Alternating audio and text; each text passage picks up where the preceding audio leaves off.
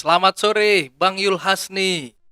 Selamat sore Mas Bambang Rianto. Bang Yulhasni Medan ya, Facebooknya ya, Bang ya. Ya, Instagramnya juga itu. Yulhasni Medan ya. Ya, Memang Facebook. namanya Yulhasni aja atau ada panjangan yang lain, Bang? Kalau dipanjangkan Yulasni gitu. Oh gitu Ya, ya. Kan Abang kan dari Sumatera Barat. benar, benar. Apakah ada Ya, foto atau sebenarnya apa? di di apa kami itu ada marga. Jadi Ah. kalau aku itu sebenarnya kan marga Piliang, Yulasni Piliang. Cuman Sumatera Barat tuh jarang orang menggunakan marga. Oh, orang Sumatera Barat Jarang jarang memakai menggunakan. pakai marga Tapi dia. sebenarnya kalau di apa Yulasni Piliang Piliang gitu. Sumatera. Bisa diceritain Bang kenapa bisa lari dari Sumatera Barat Ya, terdampar di kota Medan nih. Sebelum kita seperti mulai bahas soal politik sastra dan sastra politik. ini seperti Tan Malaka ya, ya kebetulan kampung saya di Suliki itu satu kampung dengan Tan Malaka. Suliki. Iya, Suliki Oke. tempat kelahiran Bersejarah dong Tan ya. Malaka, iya tempat bersejarah. Ya ini bukan persoalan lari, tapi ini persoalan hidup gitu Hah, ya. hah. Lari dari kehidupan yang lebih pahit kepada kehidupan yang lebih menjanjikan. Nah, gitu Oh, bukan lebih pahit ya. iya, jadi Hah? ya merantau. Merantau. Jadi memang merantau tuh karena film itu ya, merantau itu sudah lama sebenarnya dari Sumatera Barat. Jadi ada adat atau ada kebiasaan bahwa anak-anak muda di sana kalau memang mau maju, mau berkembang dan sebagainya harus meninggalkan kampung halaman. Oh, itu udah kayak Jadi semacam tradisi tradisi. merantau itu Oke. memang sudah terkenal di Sumatera Barat. Sejak usia berapa Bang Wah, merantau? saya itu sejak SD kelas 4 sudah merantau ke Medan. Jadi di sini tinggal sama siapa? Iya, sama orang, nggak mungkin sama yang lain kan pasti Maksudnya gitu apa ya. saudara Iya, atau ini? kebetulan dulu kan saya ini kan karena persoalan ekonomi di Ah, kampung, ah. kemudian diikut bawa oleh keluarga di sini. Saya dibesarkan di panti asuhan di di Medan ini. Oh iya. Ya, saya dibesarkan di panti asuhan Muhammadiyah, Jalan Amaliun. Oh, Oh, panti asuhan yang tua itu baru tahu nih wih, baru ceritanya nih. tahu, Kisah hidup seorang tahu. komisioner KPU. Ya di koran-koran udah tahu Oh orang. iya di koran. Kan di Iya. podcast Oh belum. belum. Ngomong langsung kan Iya, belum. Sekarang kan koran bisa di bahasanya itu bisa dibolak-balikkan. iya, Kalau iya. ngomong langsung kan enggak. Betul, betul. Makanya hari ini kita mengundang Bang Yulasni selaku komisioner KPU Sumatera Utara. Tapi bicara bukan soal pemilu. Bukan. Iya, Ini kita bicara dalam konteks sastra dan politik. iya. Apalagi akhir-akhir ini kita tahu bahwa politik hari ini semakin panas. Mhm, Baru-baru aja 11 April 2022 mahasiswa demo. mhm.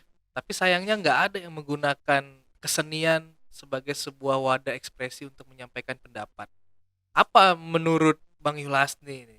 Gejala apa ini?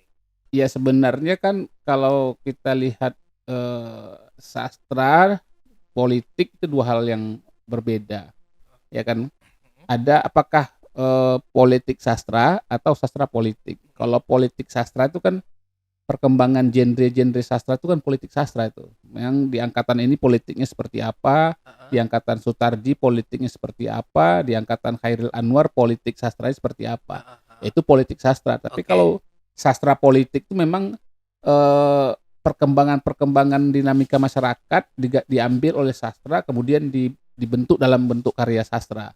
Oke, Nah, ya. kalau bicara kemarin Mhm. kenapa ya trennya sastra tidak digunakan sebagai media ekspresi, sebenarnya kalau kita lihat ada juga sih mahasiswa yang baca puisi yang dia kemudian melemparkan kertas-kertas seolah-olah menyindir anggota DPR ya.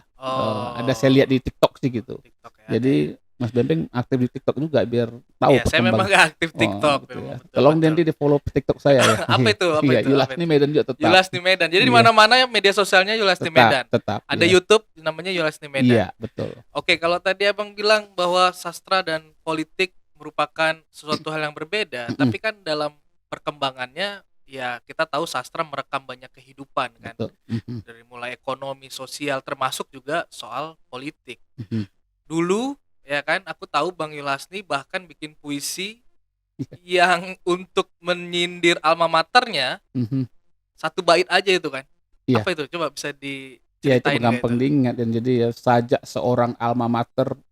seorang mahasiswa kepada alma maternya, pantatlah. Dan itu diulas oleh guru besar Iya, almarhum. almarhum kebetulan dianggap itu bukan puisi gitu. Dianggap bukan puisi ya. Tapi Mhm. kan karena dibicarakan itu Da akhirnya itu menjadi sesuatu yang something ya. ya apakah itu puisi atau tidak itu kan kita kan hanya mencipta. Oke. Soal bagaimana menilai dan sebagainya itu udah hak pembaca. Dan Profesor Ahmad Samin Siregar waktu itu. almarhum yang mengulas tentang puisi pantat lah itu. Dan itu abang masukkan dalam kumpulan buku puisi Kosong. kosong. Iya. Jadi buat yang belum tahu, Bang Yulasni ini penulis puisi iya, naskah iya, Iya. cerpen iya, Iya. kritikus juga, Iya. jurnalis iya, dan sekarang komisaris. Jadi dari abang sendiri sebenarnya memandang sastra itu seperti apa? Apakah hanya bentuk bagian ekspresi untuk ya berkarya, atau juga bagian dari strategi politik untuk misalnya menyuarakan sesuatu yang nggak bisa bang suarakan? Iya, kalau dalam konteks kemarin waktu puisi kosong itu lahir kan ketika saya masih wartawan. Jurnalis. Iya, jadi ada sesuatu yang tidak bisa disampaikan oleh wartawan dalam pemberitaannya, kemudian sastra menjadi wadahnya. Ketika media dibungkam, Iya, sastra bicara. Iya, begitulah kira-kira kan. Begitu. Nah, kalau bicara hari ini misalnya kan saya dalam berbagai kesempatan juga selalu menggunakan sastra ini untuk media ekspresi. Jadi kalau misalnya di di kegiatan-kegiatan KPU se-Indonesia, saya selalu didaulat tuh suruh baca puisi gitu. Padahal saya sebenarnya nggak pandai baca puisi. Tapi karena background menulis karena sastra dianggap saya alumni sastra dan selalu menulis tentang sastra dan sebagainya, ya mereka daulat saya untuk ini, dan alhamdulillah tidak mengecewakan juga ternyata saya setelah tonton gitu kan. Gitu ya. Bisa juga saya baca narsis puisi. juga berarti. Iya. Dan efektif nggak bahwa hari ini sastra dijadiin alat untuk perjuangan politik, itu efektif atau enggak sih? Iya, tergantung siapa yang menggunakan dan untuk kepentingan apa. Jadi soal efektif atau tidak itu kan tergantung siapa yang menggunakan dan untuk apa. Tapi kalau kita bicara sejarah perkembangan sastra Indonesia mulai dari Angkatan Pujangga Baru, Balai Pustaka dan sebagainya kan, kalau kita lihat model-model mereka berkarya itu kan sebenarnya sudah alat perjuangan. Meskipun dalam bentuk karyanya nggak muncul terang-terangan gitu kan. Ya Khairil Anwar pun perjuangan juga puisi-puisi dia gitu kan. Zaman era Jepang. Iya, jadi meskipun tidak terang-terangan sekali misalnya kan, beda dengan Wiji Tukul. Wiji Tukul sangat terang-terangan kan. Alat gitu. betul. Alat betul dijadikannya sastra sebagai alat perjuangan dia gitu. Jadi tergantung siapa menggunakan dan di zaman apa digunakan. Tapi tetap bahwa sastra sangat efektif untuk media ekspresi masyarakat, media ekspresi bagi pengarang ketika melihat realitas di lapangan gitu. Kalau sastra itu hanya dikonsumsi oleh pribadi seseorang saja dan hanya dinikmati oleh orang yang paham sastra saja, ya lama-lama sastra juga akan terpinggirkan. Jadi memang perlu. Sangat perlu. Nggak usah tabu mencampur adukan antara sastra dengan politik. Jadi begini, Mas Bambang. Jadi orang menganggap bahwa politik sesuatu yang itu urusannya ranahnya bukan ranah sastra, ranahnya orang lain. Kadang-kadang gitu. Tabu gitu. Tabu gitu. Jangan sentuh itu. Sastra biarlah bicara tentang angin, tentang laut, tentang hutan. Kaulah bulan, kaulah bintang gitulah. Kaulah segalanya gitu.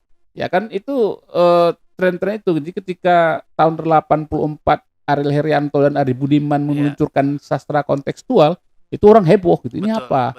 Itu yang luar biasa gitu. Nah, ini menurut saya setiap zamannya itu pasti harus gunakan sastra sebagai media ekspresi. Oke, itu zaman memang ketika waktu itu kondisi bangsa membutuhkan kritikan-kritikan dari berbagai lini. Tapi kalau kita lihat hari ini kan perkembangan sastra itu kan agak bergeser. Muncul lagi istilah namanya anak senja. Puisi-puisi kolah-kolah bulan, kolah bintang itu yang hari ini menjadi banyak sekali peminatnya. Senja, kopi, Joko Pinurbo sekali cinta-cintaan lah begitu. Sehingga kemudian banyak yang mengatakan bahwa kualitas sastra kita akhirnya menjadi picisan, romantisme bercerita hanya romantika picisan saja. Tidak ada nilai-nilai katarsis, katakanlah seperti itu yang bisa diambil manfaatnya. Itu gimana? Ya, kita lihat perkembangan zaman. Jadi ketika dulu sastra menyedia ekspresi untuk menyampaikan aspirasi, tapi orang kan masih tertutup media-media yang lain. Koran juga sangat tertutup. Ya kan? Tapi sekarang era digital, apa yang tidak bisa dilihat orang? Semua bisa dilihat. Nah, ketika kemudian sastra seolah-olah ingin bicara situ, udah terlambat. Saya sudah di mana baca puisi, saya di hutan-hutan kata. Semua orang bisa mengklaim sebagai penyair. Gampang sekali orang mengekspresikan dirinya kan gitu. Nah, ketika itu sastra masuk, tentu terlambat.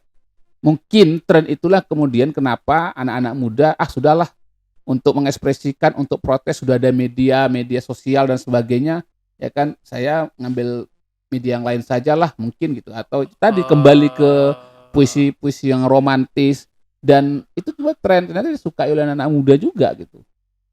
Tren industri yang hari ini berkembang gitu. Iya. Akhirnya menjadikan sastra politik menjadi terpinggirkan, bukan lagi menjadi sebuah pilihan untuk menyampaikan aspirasi. Benar.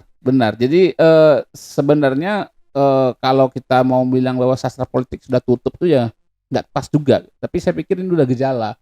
Ketika semua keran keterbukaan, semua media sosial, semua media bisa menjadi alat dalam tanda petik untuk menyampaikan aspirasi dan sebagainya, sastra mau di mana lagi?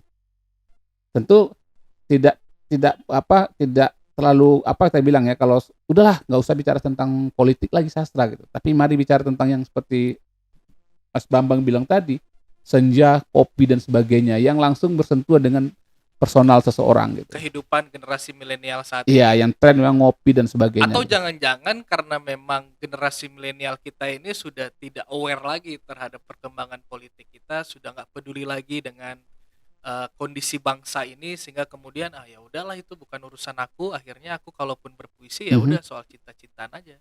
Mungkin nggak seperti itu? Ya itu bisa juga. Jadi kalau kita lihat sebenarnya, kalau kita katakan begitu terbukanya media, seharusnya anak-anak yang anak sastra lah ya saya bilang ya, pencipta puisi, gunakan media ekspresi itu menyampaikan karya-karyanya. Ketika dia protes ya kan, silakan tampilkan, kan beda itu orang bicara biasa dengan orang membaca puisi. Disitulah nilai sastranya. Ada betul, keindahannya. Betul. Nah, proses membuat status di Facebook dengan membuat puisi di Facebook itu beda. Karena puisi juga ada persajakannya, ada rimanya dan sebagainya. Nah, itu kenapa nggak dimanfaatkan untuk melakukan protes, kan begitu? Iya, betul. Jadi ya itu dua sisi yang lain. Jadi saya sepakat itu memang anak mudanya sendiri yang barangkali tidak peduli dengan kondisi politik itu, sehingga sastra kemudian sudahlah tidak usah digunakan untuk media ekspresi gitu. Lebih kepada mengungkapkan perasaannya. Iya, itu lebih tren sepertinya gitu. Dan kemudian mungkin banyak followernya kan. Oh iya, banyak yang nge-like ya. Banyak yang like dan subscribe gitu. Banyak yang subscribe. Nah, Abang sendiri kan nih dari sastra Indonesia, dalam perjalanan karirnya kemudian bisa nyemplung ya tanda petik ke dalam komisioner KPU. Oke, nggak politik praktis, tapi kan itu mengurusi yang persoalan politik.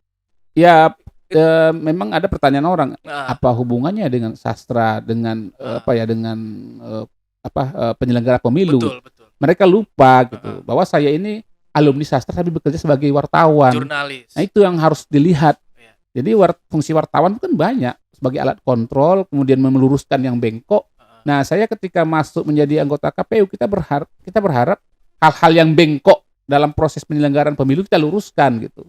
Jadi jangan lihat kemampuan saya, sastra apa hubungan dengan pemilu? Jangan puisi-puisi aja. Jangan keliru, sesuatu yang sangat keliru memandangnya gitu.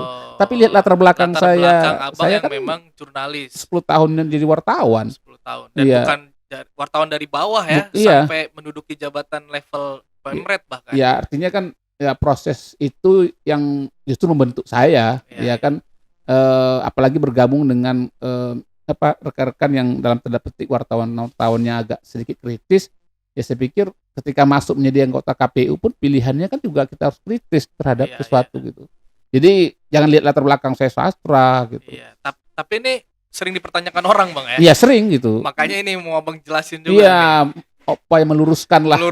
Ya, bahwa sebenarnya bukan sastranya yang dipakai, tapi ilmu jurnalisnya. Iya, jadi meskipun dalam perjalanannya kemudian saya pun harus menyampaikan, saya ini memang suka membuat puisi. Iya. Saya suka menulis. Nah, itu kenapa Bang? Abang kan udah disibukkan dengan berbagai macam aktivitas pekerjaan yang barangkali tidak bersinggungan langsung. Oke, Abang waktu itu memang mengajar lah ya. Di Universitas Muhammadiyah dan sampai hari ini masih tercatat. Dan aku dengar juga Abang S3 ya. Belum lah. Belum ya. Itu fitnah itu namanya.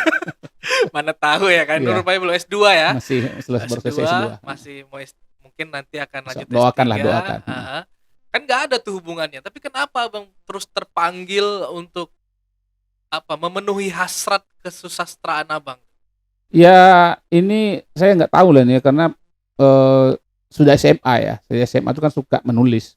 Jadi suka menulis cerita anak dulu di Waspada. Ketika itu ada koran masuk sekolah. Ketika saya di SMA Negeri 8 Medan, Semandel ya, itu ada koran masuk sekolah.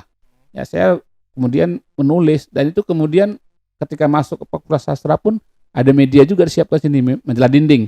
Oh ya, kemarin Mading. Pak Win bilang itu ya. Iya, jadi Mading ya. Itu memang seperti koran luar biasa di sini dulu. Ya, majalah horizonnya sastra lah waktu Fakultas iya, sastra USU. Kita pun antri gitu untuk menulis gitu kan. Tiap Senin kita nggak sabar karya saya dimuat atau tidak. Nah ini proses itu kan berjalan 10 tahun. Sesuatu yang sudah melekat dalam tubuh saya nggak mungkin saya tinggalkan dan nggak bisa saya tinggalkan itu. Jadi ada pertanyaan orang, mungkin dalam satu hari saya nggak menulis atau apa yang saya tulis nggak saya ekspresikan seperti sakit kepala gitu ya. Ada yang kurang. Maka dalam saya ber-KPU pun ada beberapa buku yang sudah kami ciptakan yang saya baik saya pribadi maupun dengan teman-teman gitu. Sastra khusus atau tentang pemilu. Tapi kan kalau kita lihat bukan konteks pemilu tapi bagaimana menulis itu kan karya sastra sebenarnya itu. Memindahkan apa yang kita pikirkan dalam bentuk tulisan bukan pekerjaan gampang. Mas Bambang udah tahu lah yang udah pengalaman. Udah keliling dunia kan. Iya, dengan menulis kena umbang surau. Lagi mau buka nih. Iya. Jadi total udah berapa buku yang Abang buat? Dari cerpen atau kalau cerpen, kumpulan cerpen saya satu ada. Tapi dengan teman-teman lain itu ada berapa ya? Kalau yang tunggal satu, kumpulan puisi tunggal juga ada satu. Kemudian kumpulan esai Senjakala Kritik Sastra itu tentang kritik sastra semua itu isinya itu satu. Kemudian tentang pemiluan ada 4 sudah. Cerpen ada. Ada kumpulan cerpen. Yang Bunga Layu di Bandar Baru. Nah, kalau ingat Bandar Baru nih ada teman saya Ali Sabri namanya. Kenapa dia? Dia ingat Bandar Baru pasti. Ada memori. Ada memori sejarah dia di Bandar Baru. Gitu. Disebut-sebut lagi Bang Ali Sabri. Iya. Kita undang lah Bang Ali Sabri nih itu podcast di sini. Jadi cukup produktif juga ya artinya Abang dalam proses bersastra ini. Tapi kan tapi begini Bang, sorry. Untuk akhirnya orang akan bingung nih menempatkan Abang sebenarnya di mana nih? Atau perlu nggak sih sebenarnya pandangan orang itu, misalnya Bang Yullah ini terkenal sebagai cerpenis kah, teatrawan kah, kritikus sastra kah? Saya kalau ditanya orang lebih suka saya sebagai penikmat sastra. Oh, tapi kan Abang nggak menikmati, Abang kan pembuat, tapi kan nggak secara khusus. Kalau saya secara khusus melahirkan cerpen, saya cerpenis. Kalau secara khusus terus menerus saya membuat puisi, saya penyair. Iya kan. Terus menerus saya membuat novel, saya novelis. Iya. Buat naskah, teatrawan. Gitu ya. Kan tidak terus menerus itu saja gitu. Satu sini. Jadi akhirnya semua bisa digarap. Jadi palu gada. Iya, palu gada. Palu minta gua apa lu minta ada gitu kan. Jadi ya memang susah orang mendefinisikannya gitu. Sulit. Tapi yang lebih pasti bahwa mereka saya orang tuh tahu saya inilah pecinta Barcelona. Itu yang penting ya. Yang nggak masuk champion itu usah dibahas, nggak usah dibahas. Yang juga sekarang lagi terseok-seok ya. Hampir sama dengan AC Milan. Terus. Oke. Mana tadi? Kemana-mana pembahasan. Oke. Jadi kita balik lagi ke soal politik sastra atau sastra politik. Hari ini mungkin Bang Yul juga dengar. Kita singgung sedikit aja soal bagaimana ada orang ya, kita sebut aja inisialnya itu Denny J.A. Oh iya, betul lagi kontroversial. Dia ingin menasbihkan dalam tanda petik diri dia, bahkan dalam bukunya menjadi sastrawan paling berpengaruh di Indonesia dengan puisi esainya. Nah kita kan kalau melihat dalam konteks bagaimana dia membranding dirinya, itu kan juga bagian dia dari politik sastra sebenarnya. Betul. Ya kan? Apalagi dia kita tahu backgroundnya adalah seorang peneliti yang juga bersinggungan dengan dunia politik. Iya. Dia paham sekali bagaimana membranding, bagaimana menggiring opini. Nah itu bagaimana tuh mendapat? Kalau saya tidak menyalahkan Denny J.A. Yang saya salahkan orang yang ikut dia. Ya tapi kan orang yang ikut dia faktornya banyak. Ada faktor ekonomi yang kan, paling kentara. Tapi yang lebih sering dibicarakan orang kan faktor ekonomi.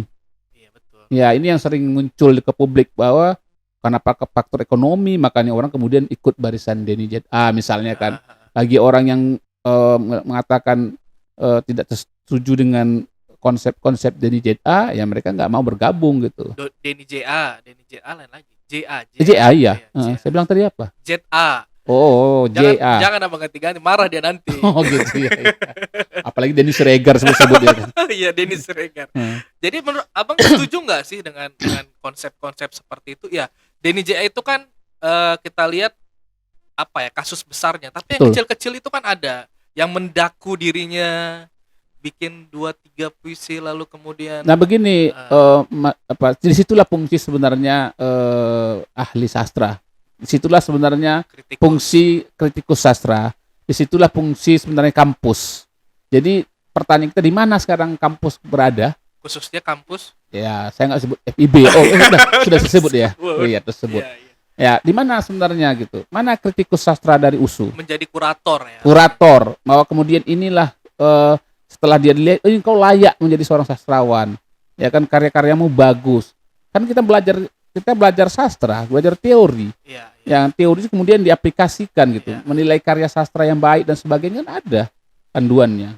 Betul nggak bahwa Denny JA itu orang yang layak disamaratakan dengan sastra berpengaruh? Harusnya guru besar itu. Iya, tapi sekarang juga dia pegang media juga kan. Iya. Ya, jadi sepanjang media itu dipegang ya sudah. Nah makanya kan aku bilang tadi Denny JA ini kan jago yang gitu-gitu. Ya, kelebihan kan dia. Iya. Kelebihan dia gitu. Akhirnya generasi kita yang akhirnya yang belakang-belakang, ya kalau kita mungkin masih sadar gitu. Tapi kan nanti sejarah akan mencatat, wah Denny JA. Ya sama seperti pertanyaan orang ketika kemudian Sutarji Kalzombahri melahirkan puisi yang tidak menghilangkan kata dari makna.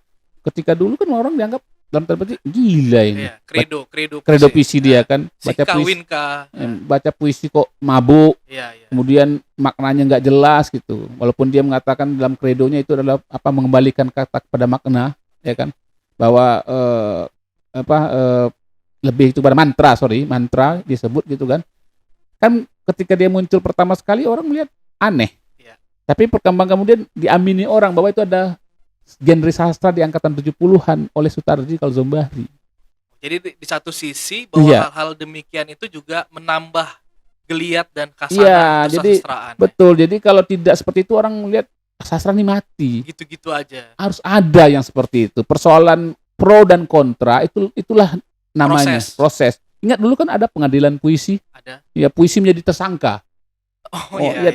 Ada di buku siapa itu ya? Pengadilan puisi itu puisi jadi tersangkanya, terdakwanya gitu. Hakim dan jaksanya itu ada sastrawan. Jadi puisi dijadikan tersangka. Ketika geliat sastra juga nggak muncul, dibuatlah hal-hal yang unik. Ingat dulu ketika Sutarji Kalzombahri eranya sudah mulai meredup, muncul puisi beling, Remisi Lado. Oh iya, puisi beling ya. Beling aneh-aneh gitu kan. Danarto ya, puisi petak 9. Iya, Yudhistira puisi kosok giginya, yang aneh-aneh. Khairil Anwar, Remisi Lado mengatakan dalam puisinya, kalau Khairil Anwar binatang jalang, ya kan, di ruang manakah dia ditahan di Ragunan? Kan binatang. Oh iya. Puisi Remisi Lado nggak sih? Betul. Jadi harus ada memang geliat hal yang aneh sehingga kemudian sastra diperbincangkan. Kalau adem-adem aja. Betul juga ya, gara-gara Denny JA bilang gitu kita bahas di podcast ini. Iya betul. Kalau nggak dibahas. Kalau nggak kita bahas ya. Malah orang udah lupa barangkali. Iya. Tapi kan kita mau ngebahasnya jago dia berpolitik sastra. Ya, itu keunggulan dia pandai melihat pasar. Ya. Dan saya pikir kita mengapresiasi lah apa yang dia buat karena menghidupkan polemik sastra itu kembali. Ya, kalau sastra ini nggak dipolemikkan ya. Terlepas pro dan kontra. Iya, saya lebih banyak ngomong daripada Anda ya. Iya, karena memang Anda narasumbernya. Oh gitu ya. Kalau saya narasumbernya saya paling banyak ngomong. Tahun bosan cakap enggak aja. Lah, memang karena kita hadirkan ini orang tokoh tukang cakap. Enggak lah, Bang Yul kan juga termasuk salah seorang yang ya kita katakan terus berkonsen terhadap perkembangan kesusastraan di Sumatera Utara. Jadi pandangan-pandangannya perlu kita ulas terkait dengan, apalagi Abang hari ini ada di komisioner KPU gitu. Iya, sedang mau pensiun. 1 tahun kan masih panjang. Iyalah ya. Jadi habis dari sini mau ngapain? Ya habis ini buka puasa lah, Bang. Maksudnya dari KPU. Oh, dari KPU. Belum ada Apa saya agenda pikirkan. berikut? Belum Belum. ada. Mau Saya harus jadi harus YouTuber? menuntaskan pekerjaan saya dulu sebagai tanggung jawab saya sebagai abdi apa. Oh, ini politik nih. Iya benar. Ngomong-ngomongan politik. Ya, menuntaskan pekerjaan saya gitu. Presiden kita Jokowi gitu juga waktu Iya, di Solo. betul ya. Ini amanah yang diberikan kepada saya gitu. Nyindir gak nih? Saya selesaikan dulu. Enggak ada. Oh, nggak Gitu. nyindir Kan Anda ya. menanya kapan setelah Oh KPU iya, kemana iya. gitu. Takut juga rupanya. Iya. Jangan bongkar rahasia. Oke, kita balik lagi ke peran dari kampus dalam Ya. kurasi ya. Kurator Tapi kan ada satu esai tuh. Kritikus sastra sudah mati. Ya. Nah, itu menurut Bang Yul gimana? Apalagi di Sumatera Utara ya, yang iklimnya kita tahu seperti apa. Ya, saya menyatakan dari Sumatera Utara ini, saya bukan sombong, Bang ya. Iya. Ya, boleh dikatakan ketika polemik sastra dan kritikus sastra itu yang bicara tuh saya. Ya, di angkatan mudanya ya. Ada Damiri Mahmud almarhum yang tua. Itu luar biasa. Ada Bang Rahim Kahar almarhum. Jadi kalau ada pertemuan diskusi tentang apa, saya selalu didaulat sebagai kritikus sastra gitu. Iya. Meskipun saya anggota KPU. Tapi itu sebenarnya yang kami inginkan juga dari Abang. Makanya kami pengen Abang itu konsentrasi aja di satu bidang itu. Jadi mesti menyuruh saya balik ke kampus ini gitu? Iyalah. Oh gitu, jelas. Atau paling banyak membuat karya-karya yang berkaitan dengan kritik sastra. Karena memang sangat minim sekali. Ya itu memang menyedihkan. Tapi kan memang juga harus kita pahami media untuk ekspresi kritik sastra juga agak sudah mulai kurang ya? Ya dulu kita ada berapa media cetak ya. Rebana, Dianalisa, Waspada dan sebagainya media kan itu. Kemudian mereka hilang dengan sendirinya. Jadi ketika orang mengkritik pun mau di mana ya gitu. Medianya nggak ada. Nggak ada gitu. Kalau di media sosial baca kritik sastra? Ya tergantung berapa kawan dia sih. Ini kadang-kadang dia buat status sendiri, like sendiri, antum nggak komen sendiri dia. Share sendiri. Sendiri. Ya. Sur sendiri. Orang nggak ada kawannya di Facebook itu. Jadi dinamika itu menurut Abang seperti apa? Dinamika sastra digital nih kalau kita mau masuk ke situ ya kan. Yeah.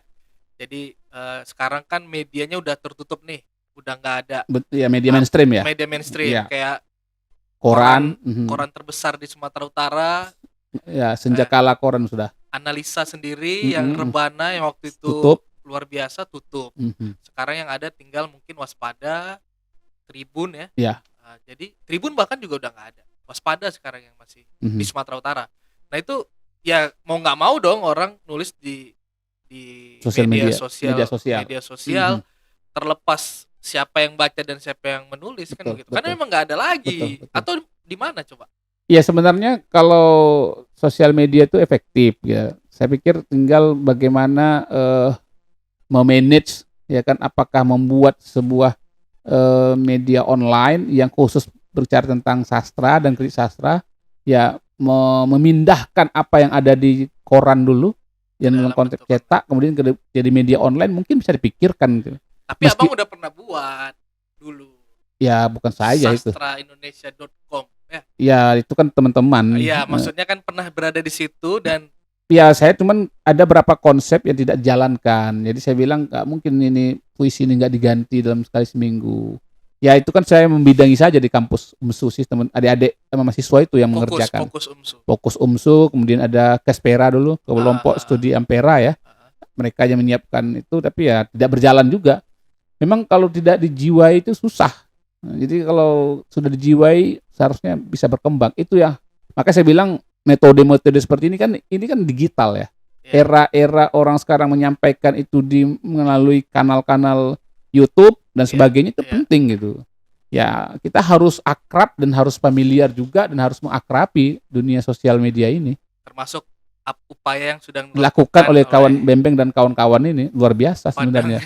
Padang Bulan Art Center ini. Iya mudah-mudahan ini kan bisa berkembang ya kan, menjadi tempat orang untuk mengekspresikan gitu.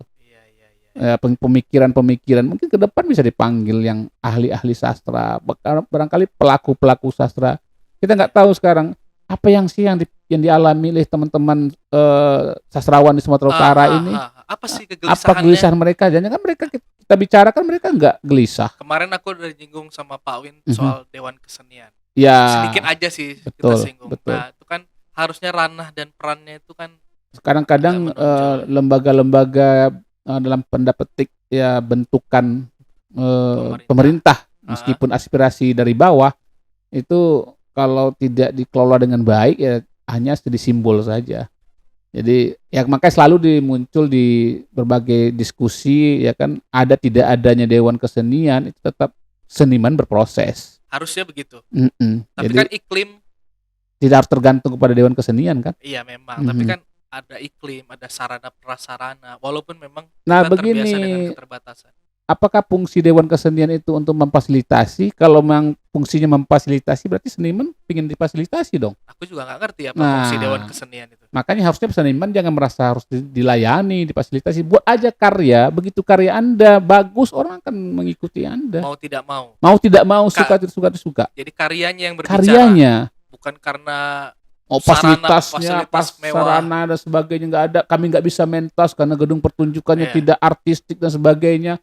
Lupakan itu. Tapi kan itu bagian dari politik sastra itu tadi. Kalau misalnya kita mau bergening dengan kepala daerah misalnya, betul. Tapi nggak dipilih sama orang anak sastra kan gitu. Biasanya kan gitu. Mau pemilu, mau pilkada, didatangi Taman Budaya Sumatera Utara. Seolah-olah peduli. Betul. Udah terpilih seakan-akan gitu ya, seakan-akan dan seolah-olah ya ada pertunjukan teater yang menunggu dia datang dulu baru dibunuh teater, kan aneh. Nggak pernah teater makanya gitu. Itu tapi kan itu bagian dari politik sastra Bang. Bukan, itu kan karena sumbangannya. Ya realistis ya. Iya realistis saja gitu. Oke, realistis. Tapi memang menarik ya membicarakan dua hal ini ya, karena bagaimanapun sastra dan politik ini seperti mata uang yang tidak bisa terpisahkan kadang-kadang. Ada Lekra, Lembaga Kesenian Rakyat, yang memang perjuangannya itu dari sastra gitu, dari pertunjukan teater. Bahwa kemudian hari ini menurun itu tadi Abang bilang lah, Abang sampaikan bahwa memang kadang-kadang ruangnya yang tertutup begitu cepat. Orang penciptanya juga kurang ya. Tidak peduli macam. Akhirnya tapi poin pentingnya adalah bahwa kampus harus sebenarnya dibangunkan dari tidur panjangnya. Jadi memang kampus ini harus kembali. Jadi harus ada corong atau kemudian jadi apa ya? Wadah atau apa namanya. Kemudian ketika orang bicara soal kualitas sastra, rujukannya kampus.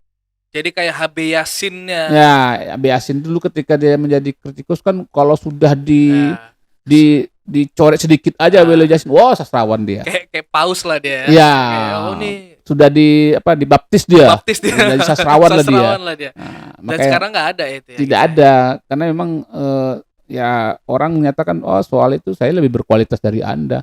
Penting nggak sih menurut Abang itu gelar sastrawan? Kalau saya lihat gelar itu nggak penting, karena gelar itu tercipta dengan sendirinya ya. Orang yang bilang ya. Orang yang membilang. Bukan kita. Nah, kemudian yang penting sebenarnya apakah karyanya itu memang bisa dan dinikmati oleh masyarakat. Pasti kalau dia bisa dinikmati, pasti dia kemudian akan dicari orang. Orang mau nggak mau akan bilang, ini sastrawan nih. Iya. Jadi nggak usah kita teriak-teriak. Betul. Balik lagi ya, karyanya yang bicara ya. Nah, itu yang sering saya agak kritik sedikit soal hadiah Nobel itu ya. Nobel sastra. Tapi karya-karya mereka itu kan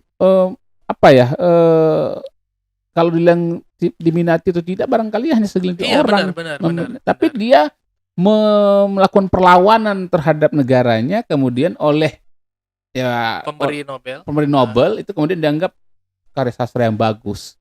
Kan sering dikritik orang model-model seperti itu gitu kan. Jadi memang bukan karena dia laku di pasaran, tapi karena ada nilai-nilai yang dianggap mampu melakukan perlawanan dan mengangkat versi si yang beri Nobel. Ya, versi si memberi Nobel gitu, Nobel ya. Kalau versi yang lain barangkali ya siapa? Biasa aja gitu. Ketika Presiden Yugoslavia Václav Havel dulu kan jadi presiden yang terakhir kan, itu kan peraih hadiah Nobel kan? Ya, memang dia dikenal karya-karyanya kan. Nah, itu kan bagian dari politik sastra juga tuh, Bang. Jarang orang seperti itu ya.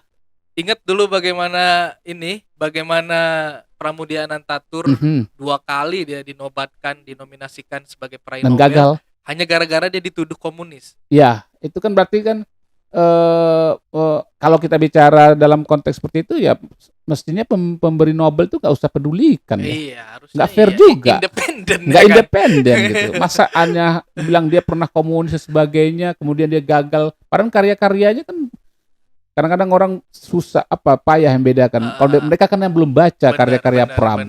Hanya melihat Pram itu orang PKI kemudian karyanya seperti sesuatu yang mengerikan. Iya. Saya ingat Seolah-olah kali kalau baca itu langsung kami dulu gitu ya. ketika tahun 92 93 kami kuliah di FIB ini karyanya Pram Keluarga Gerilya itu kami seperti menyimpan barang haram, menakutkan, narkoba. Jadi kami naik angkot ketakutan. Ngumpet-ngumpet. Aduh, kalau ada polisi tiba-tiba di depan kami udah keringat dingin gitu. Tapi memang terjadi, Bang. Kalau ada orang baca karya Pramudia, itu langsung diciduk. Terjadi itu. Saya bukan diciduk, tapi karya ide saya skripsi saya ditolak. Gara-gara judul membahas Bumi Manusia. Saya membahas tentang Pram, dinasihatilah oleh pelakunya pun ada di ruangan ini. Gak usah lah bicara soal itu, Yulasni. Siapa di ruangan ini? Nanti masa depanmu nanti bagaimana? Itu satu. Kemudian tidak ada satupun dosen di FIB yang mau menjadi dosen pembimbing saya. Ketika saya membahas tentang karya Pram. Saya mengalami pribadi gitu. Jadi korban politik sastra juga berarti ya. Korban nggak tahu lah gitu. Judul saya ditolak. Gak usah bahas tentang Pram. Ya akhirnya saya bahas tentang MH Ainun Najib lah. Yang lebih relatif kanan ya. Lebih soft dia caranya. Soft ya. Lebih aman. Gak kiri sekali ya. Gak kiri sekali gitu, tapi ya lebih soft dia gitu. Oh, jadi pernah juga ada pengalaman ditolak gitu. Ditolak ya. Itu saya membahas tentang keluarga gerilya. Saya udah baca novelnya itu waktu membaca itu memang saya ketakutan sih gitu. Karena dianggap Pram ini hati-hati ketangkap, apalagi ketika masa-masa era gerakan reformasi 98 gitu kan, meskipun saya udah wartawan ketika itu sudah tidak aktif lagi kuliah, tapi buku-buku seperti itu sangat menakutkan untuk dibaca gitu. Mengerikan ya. Mengerikan. Begitulah efeknya ketika dipolitisasi itu ya. Ya, menyeramkan lah gitu. Itulah kira-kira. Tapi alhamdulillah ya tamat juga walaupun lama ya. Baru ngambil jasa baru-baru aja ya. Baru-baru saja gitu. Sampai orang lupa gitu. Kan dibutuhkan ya. Dibutuhkan. Oke, ini mungkin terakhir lah ya. Siap. Perlu nggak Padang Bulan Art Center ini bikin semacam Nobel-Nobelan gitu? Saya pikir gini, kita bukan Nobel-Nobelan ya, tapi harus ada kurator. Persoalan gini, ketika orang kemudian diberi hadiah apresiasi, kan kita menilai. Betul. Ya, kemudian tahun depan kan akan ada lagi pemberian gitu. Orang dengan sendirinya, begini loh, Mas Bambang. Saya ketika misalnya saya tahu tahun ini ada dapat hadiah orang lain. Tahun depan saya berharap dapat hadiah ini. Ada sesuatu yang dikejar. Ada semangat walaupun motivasinya itu, tapi saya saya akan ciptakan karya. Orang kan berlomba-lomba membuat karya kemudian yang bagus. Artinya kan ada apresiasi. Itu salah satu juga untuk terus mempertahankan minat orang untuk berkarya. Diapresiasi itu kan luar biasa. Jadi sebenarnya kita perlu juga berpolitik dalam konteks untuk menghidupkan kualitas karya. Betul, mengapresiasi. Orang lihat, Bang, kenapa orang di luar sana ya, saya mengatakan di luar Sumatera Utara itu ada kelompok-kelompok tertentu yang memberikan hanya sertifikat. Kadang-kadang hanya sertifikat aja ya. Anda sudah dimasuk penyair ini. Apalagi kalau yang ngeluarin tuh lembaga sekelas Universitas Sumatera Utara. Apalagi Sumatera Utara mungkin legitimasinya sudah ini lembaga-lembaga nirlaba yang nggak dikenal. Kemudian kita lihat postingan teman-teman diangkat lagi sastrawan, puisi Anda dimuat dalam ini. Nah, itu hanya sertifikat doang gitu. Apresiasi itu perlu juga walaupun hanya dalam bentuk sertifikat.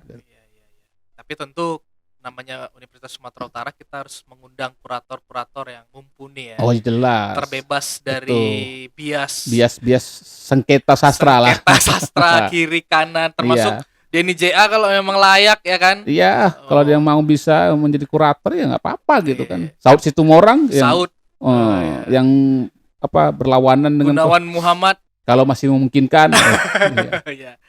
Berarti Abang setuju ya? Artinya saya setuju saja gitu. Artinya kan kurator-kurator seperti itu yang dibutuhkan gitu. Kita godok lah nanti. Insya Allah lah.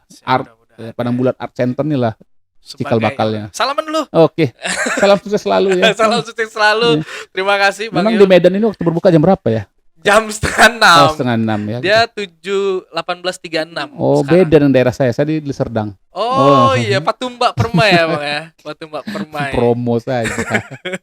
Oke, terima kasih Bang Yulasni. Terima kasih. Semoga tetap sehat untuk terus berkarya, dan khususnya nanti kalau udah selesai dari persoalan KPU-KPU-an, nggak tahu ya apa mau jadi Bawaslu apa mau jadi yang lain. Tapi kalau udah selesai dari itu ya baliklah ke rumahnya ya kan, yang mungkin turut membesarkan abang lah ya. Iya. Dalam perjalanan hidup karir sepanjang ini ya. Betul. Saya pernah jadi pemret wacana, mendirikan Suara USU. Aku baca karya Bang Yul yang agak berpolitik itu, jangan panggil aku ketua. Oke. Itu cerpen. Cerpen ya. Itu nggak takut apa? Ya kebetulan. Nyindir-nyindir. Udah meninggal orangnya. Oh udah meninggal ya. Lelaki besar berbadan oval, bermuka oval ya. Ketika itu ya. Satir sekali itu ya. Ya memang itu fakta ya. Iya. Tapi itu 2035 nanti, sebelum Masehi. Iya. Itu ya satir sebenarnya kan. Orang kegelisahan Bang Yul ya. Ya sama seperti sajak saya tadi. Iya, pantat lah itu ya. Ya saya sebenarnya jenuh dengan fakultas ini dulu gitu. Iya. Apa mau saya buat gitu? Semua birokrasi dan sebagainya. Udahlah. Sajak seorang mahasiswa pada alma maternya. Pantat lah gitu. Yul Hasni. Sampai ketemu di podcast berikutnya. Assalamualaikum warahmatullahi wabarakatuh.